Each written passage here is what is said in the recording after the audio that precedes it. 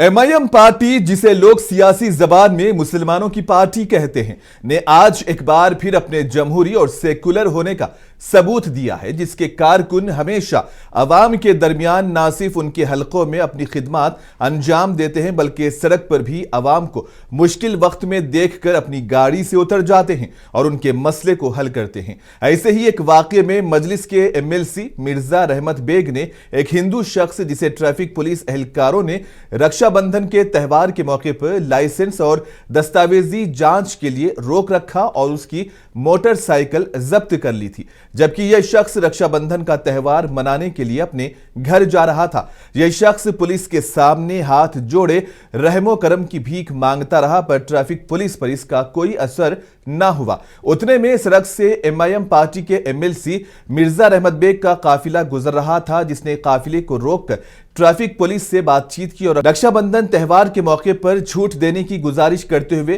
Traffic police से उसे आजाद करवाया, जिसकी वजह से वो शख्स अपने बहन के घर जाकर राखी का त्यौहार मनाने में कामयाब रहा। और इसके बाद एमआईएम के एमएलसी के इस इक़दाम पर शहरी मसरत का इजहार कर रहे हैं।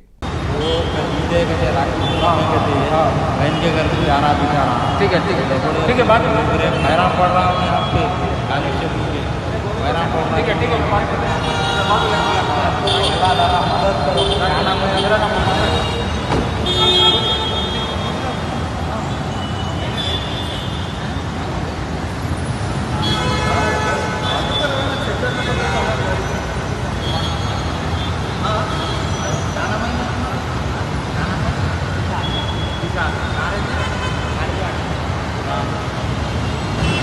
नमस्ते,